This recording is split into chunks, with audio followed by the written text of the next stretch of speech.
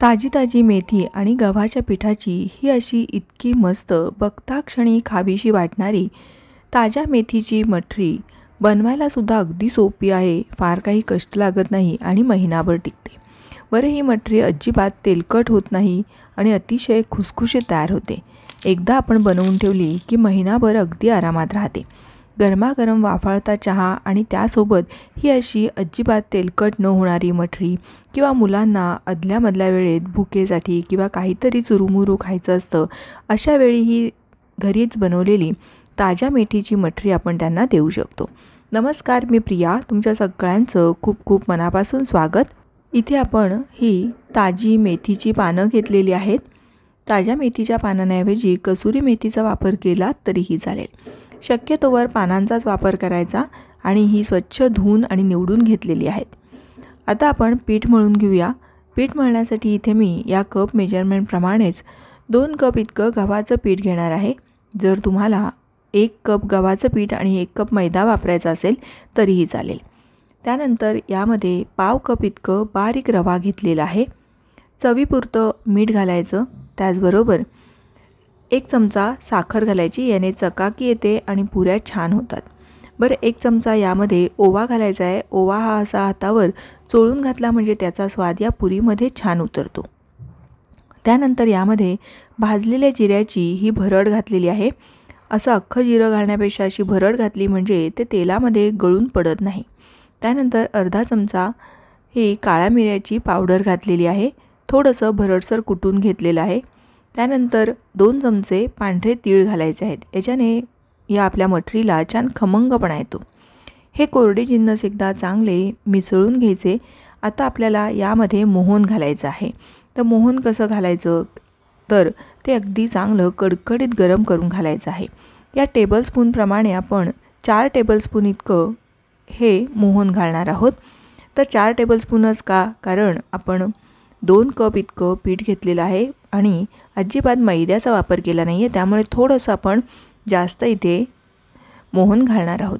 हे चांगलं कडकडीत गरम करून घ्यायचं आणि यामध्ये थोडंसं कणिक घालून पाहायचं. हे असं फसफसून वर आलं याचा अर्थ आपलं मोहन चांगलं कडकडीत गरम झालं आहे. आणि मग या पिठाला हे असं मोहन लावून घ्यायचं आहे. सुरुवातीला चमच्याने मिसळलं आणि मग नंतर हाताने सगळ्या पिठाला हे असं चोळून लावायचं आहे. हे असं लावलं म्हणजे पिठाच्या प्रत्येक कणाला हे मोहन लागतं आणि पुरी आपली छान खुसखुशीत होते. हा असा साधारण मुटका वळला पाहिजे इतपत आपलं मोहन असायला हवं. एखाद वेळेस तुमच्या अंदाजाने तुम्ही कमी अधिक मोहनचं प्रमाणसुद्धा करू शकता. पण फार जास्त केलं तर मात्र पुऱ्या आपल्या किंवा मठरी आपली तेलकट होईल. त्यानंतर यामध्ये मी ही ताजी मेथीची चिरून घेतलेली पानं घातलेली आहेत. याऐवजी मी पुन्हा आठवण करते की जर कसुरी मेथी वापरली तरीही चालेल. आता ही मेथी आणि हे पीठ असं एकत्रित व्यवस्थित चोळून घ्यायचं म्हणजे मेथीचा स्वाद या मठरीमध्ये मस्त उतरतो.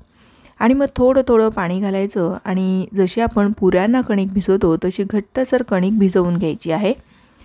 सैल कणिक भिजवली तर एखाद वेळेस आपल्या मठरी नरम पडण्याची शक्यता असते. त्यामुळे साधारण घट्टसर असं मी पीठ भिजवून घेतलेलं आहे. बघा, इतपत घट्ट हे पीठ भिजवलेलं आहे. आता हे पीठ भिजवण्यासाठी साधारण मला बघा पाऊण कप इतकं पाणी लागलेलं आहे. पाव कप पाणी शिल्लक राहिलेलं आहे. आता यावर झाकण ठेवायचं आणि हे पीठ भिजू द्यायचं म्हणजे यामधील रवा चांगला फुलला जाईल. साधारण 15 ते 20 मिनटं किंवा जर वेळ असेल तर अर्धा पाऊण तास जरी पीठ भिजवलं तरीही चालेल.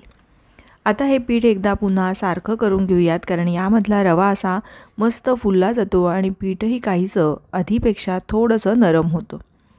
हे पीठ एकदा चांगलं मळून घेतलेलं आहे आणि त्यानंतर यामधली एक मोठी लाटी घ्यायची, कारण आपल्याला एक मोठी चपाती लाटून घ्यायची आहे. आपण चपातीला गोळा घेतो त्यापेक्षासुद्धा थोडा मोठा गोळा मी घेतलेला आहे. आणि अगदी आपलं पीठ हे घट्ट असल्यामुळे इथे मी कोरड्या गव्हाच्या पिठाचा वापर केलेला नाही आहे.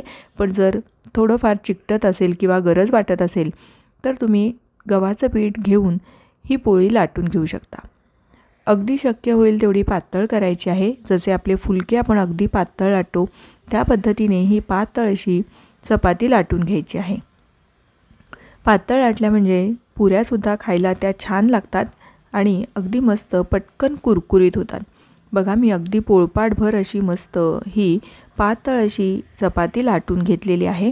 आता आपण एखाद्या ग्लास किंवा वाटीच्या साहाय्याने याच्या अशा छोट्या छोट्या पुऱ्या कट करून घेणार आहोत। या अशा ग्लासने किंवा वाटीने तयार केलेल्या मठरी एकसारख्या तयार होतात आणि दिसायलाही खूप सुरेख दिसतात।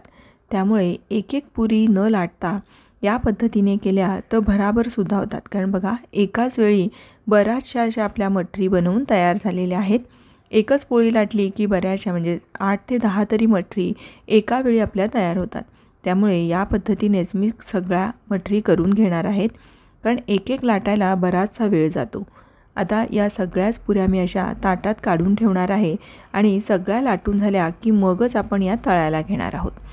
मी इतक्या या अशा लाटून घेतलेल्या आहेत। आता तेलही इथे चांगलं गरम झालेलं आहे। तेल मध्यम आचेवर गरम करून घ्यायचं आणि मग गॅस लहान करायचा।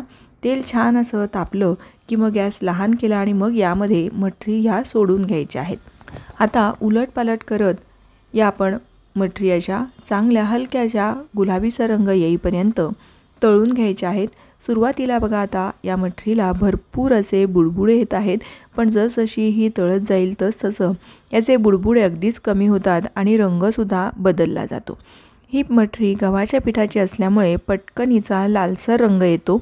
त्यामुळे मंद आचेवरतीच ही छान अशी मठरी तळून घ्यायची। मोठ्या आचेवर तळली तर वरून रंग बदलला जाईल, पण आतून ती व्यवस्थित नीट न तळल्यामुळे नरम पडू शकते। त्यामुळे अशी मंद आचेवर खरपूस अशा आपल्या मठऱ्या तळून घ्यायच्या आहेत। बघा आता ही दुसरी बॅच टाकताना सुद्धा गॅस अगदीच लहान आहे। लहान आचेवरच सगळ्या मठरी आपण याच पद्धतीने तळून घेणार आहोत। या पद्धतीने जर आपण मठऱ्या बनवून ठेवल्या तर मात्र प्रवासात नेण्यासाठी किंवा सकाळच्या संध्याकाळच्या चहासोबत सुद्धा या आपल्या मठरी खायला अप्रतिम लागतात। किंवा मुलं जेव्हा अदल्यामधल्या वेळेत काहीतरी चुरूमुरू खायला मागतात त्यावेळेसुद्धा ही मठरी दिली तर अतिशय उत्तम। सगळ्याच मठरी मी या पद्धतीने तयार करून घेतलेल्या आहेत।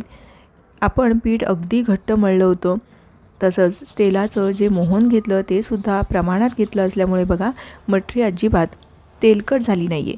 जशी आपण बाजारातून विकत आणतो अगदी तशीच ही अशी मस्त खुसखुशीत जरासुद्धा तेलकट नसणारी ही पौष्टिक अशी गव्हाच्या पिठाची मठरी तयार झाली आहे। तुम्ही सुद्धा या पद्धतीने ही अशी मठरी नक्की करून पहा व तुमचा अनुभव माझ्यासोबत शेअर करा।